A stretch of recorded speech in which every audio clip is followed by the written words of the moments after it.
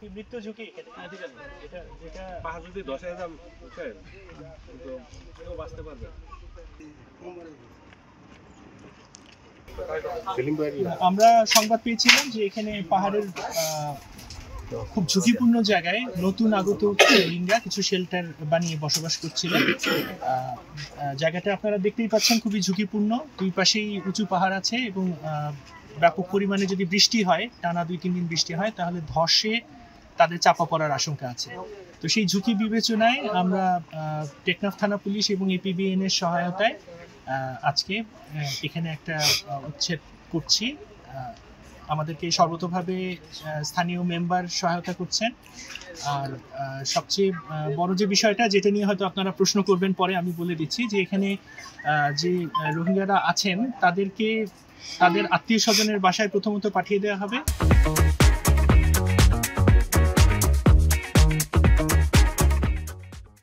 তারপরে খুব তাড়াতাড়ি তাদের উপযোগী কোথাও তাদেরকে রিলোকেট করা হবে। তাদের এখানে তারা কোনো ঝামেলায় পড়বে না। আসলে যে পরিমাণ ঘরবাড়ি দেখা যাচ্ছে, আমার মনে হয় যে খুব একেবারে একদিনেই শেষ করা হয়তো সম্ভব হবে না। এটা মানে এটা আমরা এই জায়গাটায় ঝুঁকিপূর্ণ কোনো শেল্টার রাখবো না, এটা ক্লিয়ার করে ফেলবো। যতদিন এর মধ্যে যতটা সময় লাগে, যত তাড়াতাড়ি সম্ভব আমরা সেটা অবশ্যই করবো। আপনারাও জানাবেন আমাদেরকে যে যেটা ঝুঁকিপূর্ণ বলে মনে হচ্ছে। আমাদের হয়তো সব তথ্য আমাদের কাছে সবসময় থাকছে না। আমরা খবর পেলেই আমরা এই ধরনের জায়গাগুলো ঝুঁকিমুক্ত করার জন্য কাজ করি। যারা আছে আমাদের এখানে তো বিশাল পাহাড়ি অঞ্চল, এখানে টেকনাফের ম্যাক্সিমাম জায়গায় রোহিঙ্গা বসছে। কারণ তারা এখানে যারা রোহিঙ্গা বসছে এখানে ঝুঁকিপূর্ণ হয়, আমরা সাংবাদিক ভাইয়েরা এবং পুলিশ প্রশাসনের গুরুত্ব থেকে যেগুলো ঝুঁকিপূর্ণ জায়গা, সেখান থেকে আমরা আজকে রোহিঙ্গাদের সাথে আলাপ আলোচনার মাধ্যমে ওদেরকে এখান থেকে সরানোর একটা ব্যবস্থা করছি। প্রথম থেকে ওদেরকে আমরা বলছি বিকল্প জায়গা দেখার জন্য। আমরা তাদেরকে হেল্প করব, যেহেতু ওরা মানবিক ভাবে এখানে আছেন, আশ্রয়হীন মানুষ। আমরা এখন আমাদের সাথে বসি, বিকল্প কোথাও যদি জায়গা থাকে আমরা তাদেরকে ওখানে স্থানান্তরিত করার ব্যবস্থা করবো। এখানে যেগুলো ঝুঁকিপূর্ণ সেগুলো আপনারা তো দেখছেন, যেগুলো ঝুঁকির মধ্যে থাকবে সবগুলো আমরা সরিয়ে নেব। বিক্ষিপ্তভাবে বসে গেছে। এখন আমি তো নিজেও জানি না যে এখানে ঝুঁকিপূর্ণ অবস্থায় আছে। একটা বিষয় কমপ্লেন আসছে তো এটা কেউ করে না। আমরা কমপ্লেন পেয়েছি, আমরা আছি এখন এই মুহূর্তে আমরা ব্যবস্থা। আসসালামু আলাইকুম, আমি রকনউদ্দিন আহমেদ কাজ করছি অ্যাকশন ফর সোশ্যাল ডেভেলপমেন্ট ASDর একটা ইমার্জেন্সি রেসপন্স প্রজেক্টের আওতায় প্রজেক্ট ম্যানেজার হিসেবে। আমি রোহিঙ্গা কনটেক্সটে বিভিন্ন প্রতিষ্ঠানে কাজ করে আজকে এই চলমান প্রতিষ্ঠানে এই ক্যাম্প 27 এবং হোস্ট কমিউনিটিতে কাজ করছি। আমরা মনে করি আজকের এই যে অভিযানটা প্রথমত হলো যে একটা ঝুঁকিপূর্ণ এলাকায় নতুন